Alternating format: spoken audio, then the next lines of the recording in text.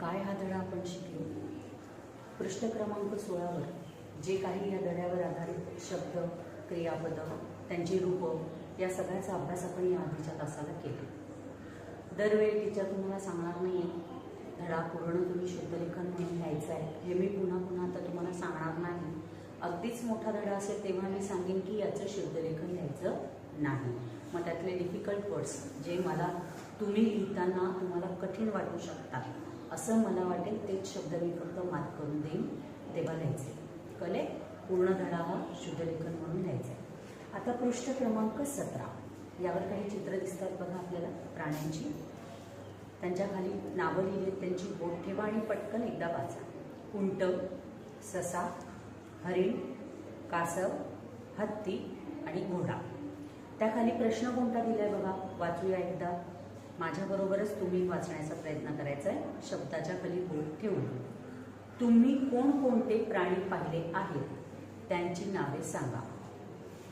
आपल्याला प्राणी संग्रहालयाला भेट द्यायला फार आवडतं.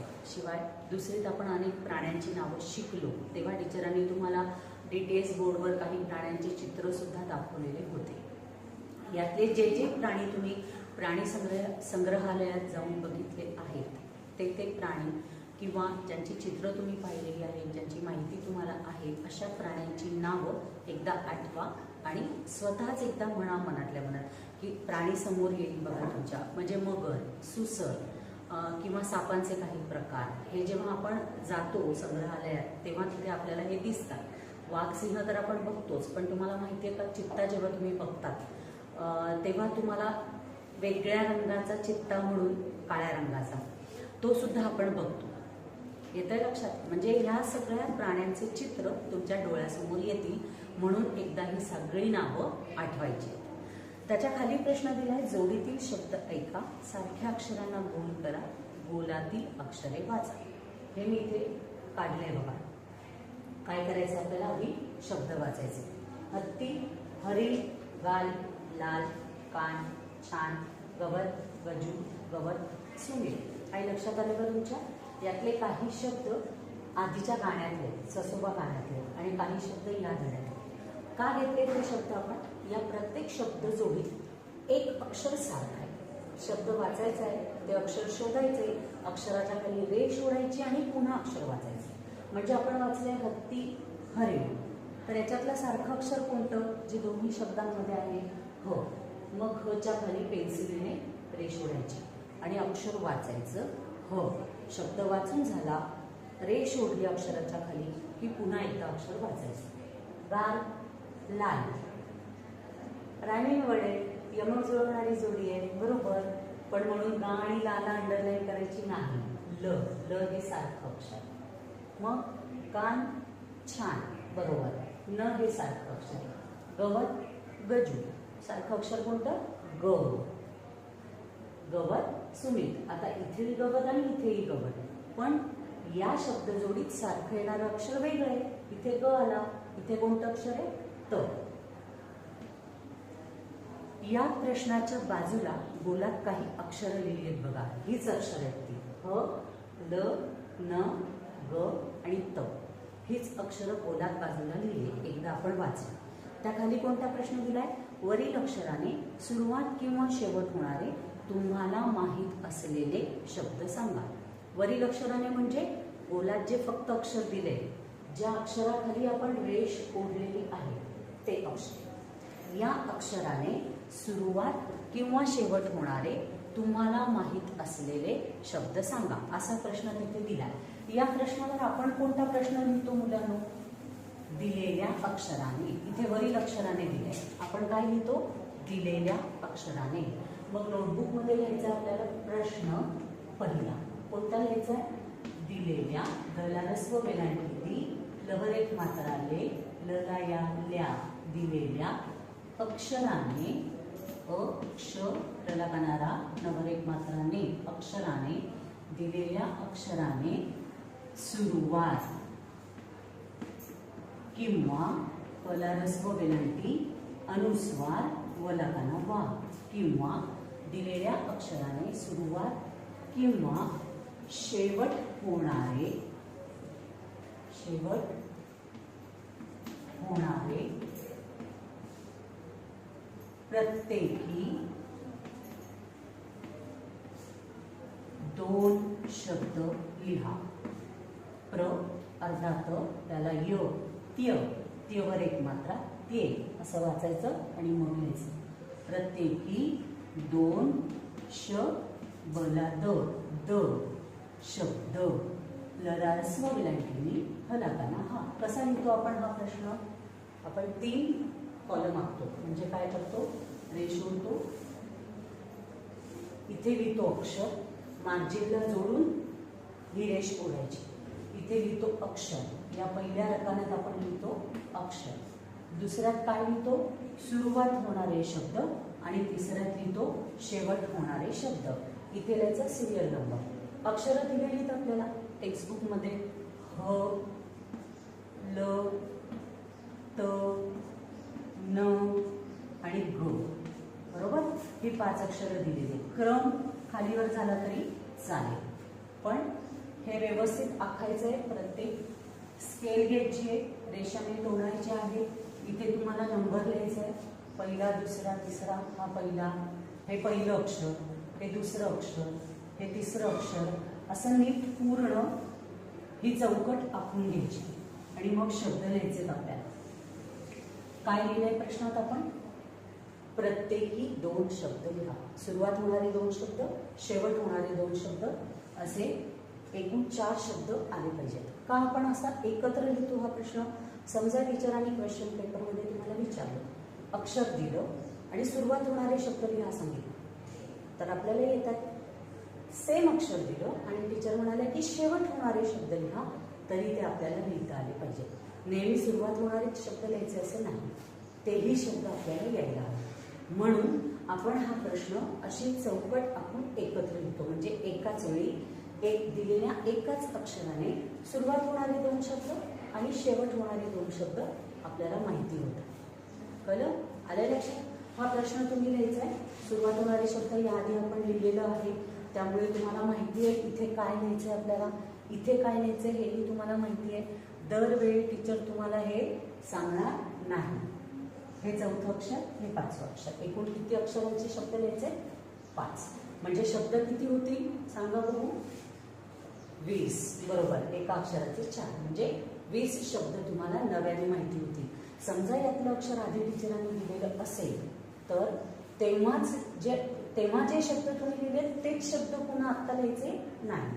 वेगळे शब्द आठवायचे आणि लिहायचे. कळलंय? आले लक्षात? फक्त मला असं वाटतंय की हने सुरू होणारे शब्द तुम्हाला बरेच आठवतात, पण हने शेवट होणारे शब्द बघा आठवतात का? मी 2 शब्द सांगते, तुम्ही अजून शब्द शोधा जे तुम्हाला अर्थ सांगण्यासाठी सोपे वाटतात. ते शब्द लिहा. दाह. दाह म्हणजे अंगाची आगा होणे, दाह होणे. लक्षात ठेवा, दाह हा शब्द आहे. आणि वराह, विष्णूचा एक अवतार वराह. म्हणजेच मराठीत आपण त्याला काय म्हणतो?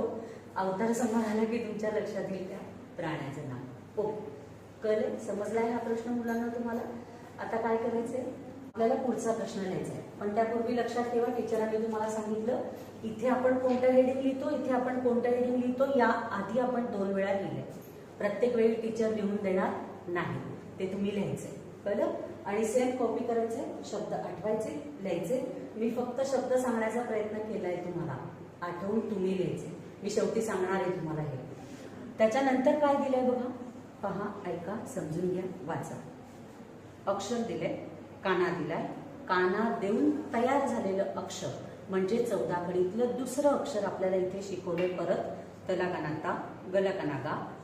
काना हे स्वरचिन्ह आहे. कोणत्या स्वराचं? आ. आ या स्वराचं चिन्ह, म्हणून आपण त्याला म्हणतो स्वरचिन्ह. काना. न लकाना ना, ह लकाना हा, ल लकाना ला. पहा, ऐका, म्हणा, वाचा. शब्द दिलेत बघा, बोट ठेवा. टीचर पटपट वाचताय. तुम्ही जर इकडे तिकडे लक्ष दिलं तर टीचर जे वाचून दाखवतायत आणि तुम्हाला करायला सांगतायत ते तुमच्या लक्षात येणार नाही. मग पुन्हा पुन्हा व्हिडिओ बघावा लागेल. पुस्तक समोर ठेवा, बोट ठेवा, मी वाचते त्याकडे लक्ष द्या. लहान, चहा, चला, वाचा, साल, लस आणि अननस, जी अक्षर आपण या धड्यात शिकलो. आणि काना. या सगळ्यांचा उपयोग करून जास्तीत जास्त शब्द आपल्याला इथे देण्याचा प्रयत्न केला. त्याच्या खाली प्रश्न दिलाय, अक्षरे जुळवा, शब्द बनवा, वाचा. हा प्रश्न तर आपण शिकलोय. चौकटीत किंवा कंसात अनेक अक्षरं दिलेली असतात. मग आपण त्यातलं एक अक्षर घ्यायचं, पुढच्या अक्षराला जुळवायचं, शब्द तयार होतोय का बघायचं आणि शब्द लिहायचा. जर तयार झाला तर अर्थपूर्ण शब्द असेल तर. हा प्रश्न याआधी पण खूप वेळा आपण सॉल्व्ह केलाय. आज हाही प्रश्न आपल्याला लिहायचा आहे. कोणता प्रश्न लिहायचा आहे बघा. प्रश्न दुसरा पुस्तकात दिलाय आपल्याला. अक्षरे जुळवा, शब्द बनवा व लिहा.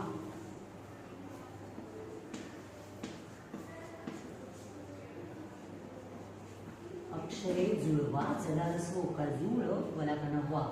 अक्षरे जुळवा, शब्द बनवा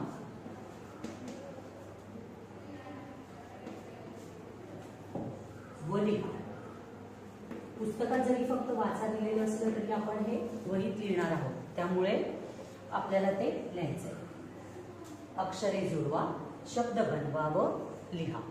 अक्षरं दिली आहेत कंसात आपल्याला मुलांनो, ती तशीच लिहायची आहे. मला काना हा, न त सला काना सा, पुढचं अक्षर आहे स, ल आणि च. कशी सांगितली पद्धत टीचरांनी? एक अक्षर घ्यायचं, दिसतात ना ही सगळी अक्षरं व्यवस्थित. समजा नाही दिसली, कळली नाही तर टेक्स्टबुक मध्ये हीच अक्षरं दिलेली, तीच बघून आपल्याला लिहायची. पहिलं अक्षर घ्यायचं, पुढची सगळी अक्षरं स्टेप बाय स्टेप जुळवायची. म्हणजे हा न, हान असा शब्द आहे का? नाही. याला मिनिंग आहे का? नाही. मग हा त, हो हात आपल्या शरीराचा एक अवयव आहे तो. मग हा शब्द तयार झाला. आपण अक्षरं जुळवून शब्द तयार केला. लगेच लिहायचा खाली, नाहीतर आपण नंतर विसरू. म्हणून लगेच लिहून घ्यायचा. मग पुन्हा हा सा, हसा म्हणतो का? नाही, हसा म्हणतो. कळलं? त्यामुळे हसा हा शब्द होणार हसा होईल, हासा नाही. मग हा स, हास, हो हास असं म्हणतो. हस असं म्हणतो का? नाही. मग हा ल, हाल, हो हा सुद्धा शब्द आहे, हाल. नंतर हाच, हे वापरतो आपण, पण काहीतरी दर्शवण्यासाठी हा शब्द वापरला जातो. हाच तो मुलगा, हीच ती मुलगी. म्हणून फक्त शब्द जेव्हा लिहिणार आहोत तेव्हा हाच हा शब्द लिहायचा नाही. कारण इथे तुम्ही हाच हा शब्द लिहून काही दाखवणार आहात का? नाही. म्हणून हा शब्द लिहायचा नाही. मग पुढचं अक्षर घ्यायचं, त्याला आधीचं अक्षर जोडायचं. म्हणजे न, नहा, नत, न त, नसा, नस. कोणता शब्द अर्थपूर्ण तयार होतोय तो समजून घ्यायचा आणि लिहायचा. जेवढे जास्तीत जास्त शब्द तुम्हाला तयार करता येतील तेवढे लिहायचे. काही 2 अक्षरी असतील, काही 3 अक्षरी असतील. बघा 3 अक्षरी सुद्धा तयार होऊ शकतात. त, ह्याला काना हा, न, तहान, तहान लागली की आपण पाणी पितो. तसंच ल, ह्याला काना हा, न, लहान. म्हणजे 3 अक्षरी शब्द सुद्धा आपल्याला यातून तयार करता येणार आहे. जेवढे जास्तीत जास्त तयार करता येत आहे तेवढे वहीत लिहायचे. कळलं? 2 एक्झाम्पल म्हणून आपल्याला तहान आणि सहा हे 2 शब्द पुस्तकात दाखवले. त्याच्या खाली काही अक्षरं लिहिली आहेत. पहा, गिरवा, लिहा, वाचा. कोणती अक्षर आहेत? त, ता, न, ना, ल, ला. ही सगळी अक्षरं वाचायची, गिरवायची आणि पुढे दिलेल्या रेषेत लिहायची. आले लक्षात? इथे या पाठावर, धड्यावर आधारित पुस्तकात जेवढे प्रश्न दिलेले आहेत तेवढे आपले पूर्ण झाले. आता आपण जे प्रश्न म्हणजे टीचर जे प्रश्न काढतात आणि तुम्हाला देतात ते प्रश्न आपण लिहिणार आहोत, पण यानंतर. तोपर्यंत हा आजचा तुमचा होमवर्क आहे. मी प्रश्न फळ्यावर लिहिले, प्रश्न पहिला आणि प्रश्न दुसरा. तुम्ही उत्तरांसहित हे नोटबुकमध्ये लिहायचे. आधी असेच्या असे प्रश्न कॉपी करून घ्या, त्यावर विचार करा, शब्द आठवा, अक्षरं जुळवा, शब्द तयार करा आणि लिहा. ओके.